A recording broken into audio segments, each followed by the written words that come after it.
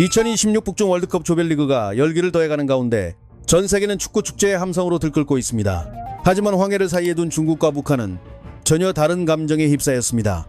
카리브해의 작은 섬나라 하나가 만들어낸 놀라운 장면, 그리고 국제사회의 엄격한 기준은 두 체제가 감출해했던 약점을 적나라하게 드러냈습니다. 거대한 인구와 강한 군사력을 내세워온 국가들이지만 국제 무대의 규범 앞에서는 의외로 초라한 모습을 노출한 것입니다. 이번 월드컵은 중국과 북한의 민낯을 그대로 비추는 무대가 되었습니다.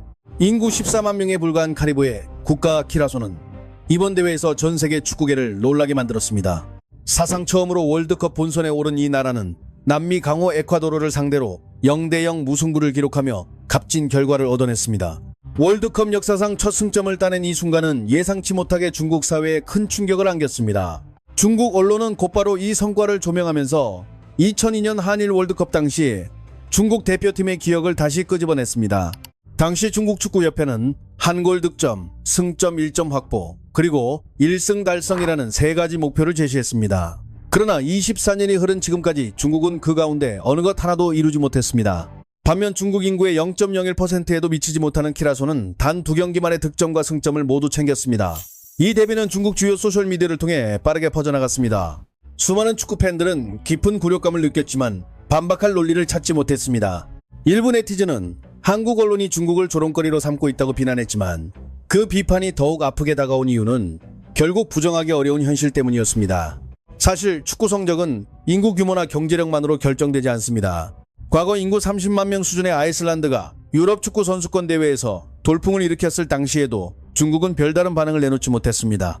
더욱이 월드컵 참가국이 48개국 체제로 확대되면서 중소국가들의 선전은 이제 특별한 일이 아니게 되었습니다. 그 결과 중국 축구의 한계는 더욱 선명하게 드러나기 시작했습니다. 중국 매체소는 서둘러 키라소의 경쟁력이 체계적인 시스템에서 나왔다고 설명했습니다. 네덜란드의 우수한 유소년 육성 구조 속에서 성장한 자국계 선수들을 효과적으로 활용했고 국제축구연맹 규정 안에서 선진 축구 환경의 장점을 최대한 끌어냈다는 것입니다. 그러나 중국 축구는 오랜 기간 막대한 자금을 투입하고도 프로리그의 방만한 운영과 구조적인 부패 속에서 스스로 경쟁력을 잃어갔습니다. 유소년 기반은 무너졌고 재능 있는 선수들은 왜곡된 시스템 안에서 성장 기회를 잃었습니다. 결국 중국이 분노해야 할 대상은 외부의 비판이나 조롱이 아닙니다. 문제의 근원은 내부에 있습니다. 엄청난 자본과 방대한 인구가 곧바로 성공을 보장하지 않는다는 사실을 키라소가 증명했습니다. 축구는 단순히 사람 수로 승부하는 종목이 아닙니다. 선진적인 육성체계와 건강한 축구 문화가 성패를 가르는 핵심 요소입니다.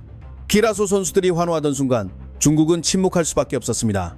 그 침묵은 우연이 아니라 지난 24년 동안 누적된 실패와 방치가 만들어낸 결과였습니다. 중국 축구가 시스템 부재라는 냉혹한 현실 앞에서 자존심에 큰 상처를 입었다면 이번에는 한반도 북쪽에서 또 다른 장면이 펼쳐졌습니다. 이 사건은 비극이면서도 동시에 아이러니한 풍경으로 기록될 만했습니다. 이번 2026 북중미 월드컵에서 북한 정권은 중계권 계약 대상에서 완전히 제외되는 굴욕을 경험했습니다. 그 배경에는 2023 여자 월드컵 당시 발생했던 무단 중계 사건이 자리하고 있었습니다. 당시 북한은 정식 허가 없이 경기 영상을 송출했고 이를 확인한 피파는 조선중앙방송위원회에 강력한 경고를 전달했습니다. 이와 함께 한국 방송사들과 진행된 중계권 협상 방식에도 변화가 생겼습니다. 과거에는 한국 지상파 방송사들이 한반도 전역에 대한 권리를 확보한 뒤 북한 지역에 해당하는 권리를 인도적 차원에서 피파에 반환하는 방식이 유지되었습니다. 이후 피파가 해당 권리를 다시 활용해 북한 측에 무상으로 영상을 제공하는 구조였습니다. 하지만 반복된 무단 사용과 각종 도발 행위가 이어지면서 이번 대회에서는 그러한 관행이 완전히 사라졌습니다. 월드컵 단독 중계권을 확보한 JTBC와 공동중계 파트너들이 체결한 계약서에는 북한 관련 내용이 포함되지 않았습니다. 독자적으로 중계권을 구매할 여력이 부족한 북한은 결국 세계 최대 스포츠 축제에서 사실상 배제되는 처지에 놓였습니다. 체면을 무엇보다 중요하게 여기는 북한 정권은 결국 위험한 선택을 감행했습니다. 개막 직후 조선중앙TV는 중국 등 주변 국가의 위성 신호를 무단으로 수신한 뒤 약 5분 분량의 하이라이트 영상으로 재편집해 내보냈습니다. 정당한 비용을 지불하지 않은 채 타인의 콘텐츠를 사용하는 전형적인 불법 재송출이었습니다. 그러나 이 과정에서도 북한 특유의 과도한 검열 체계는 또 다른 웃지 못할 상황을 만들었습니다. 당국은 주민들이 외부 세계의 발전된 모습을 접하는 것을 극도로 경계했습니다. 그래서 한국과 미국, 일본이 참가한 경기들의 소식과 주요 장면들은 대부분 삭제되거나 통째로 제외되었습니다. 특정 국가들의 승리와 활약이 주민들에게 전달되는 것을 막기 위한 조치였습니다. 하지만 허술한 편집은 결국 한계를 드러냈습니다. 경기장 곳곳에 설치된 광고판은 검열망을 피해 그대로 화면에 남았습니다.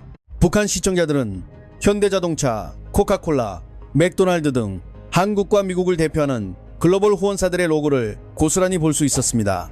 이는 과거 카타르 월드컵 당시 관중석에 등장한 태극기를 회색으로 처리하고 현대차 로고를 모자이크했던 모습과도 대조적이었습니다. 이전에 보여주었던 치밀함조차 이번에는 찾아보기 어려웠습니다. 체제가 비판해온 자본주의 기업들의 상징이 경기장을 가득 채운 장면은 북한 선전의 허구성을 역설적으로 보여주는 결과가 되었습니다. 결국 해외 언론들이 불법 재송출 문제를 집중적으로 지적하며 압박 수위를 높이자 북한은 며칠 만에 관련 방송을 중단할 수밖에 없었습니다. 그 순간 북한 사회에는 사실상 월드컵 블랙아웃이 시작되었습니다.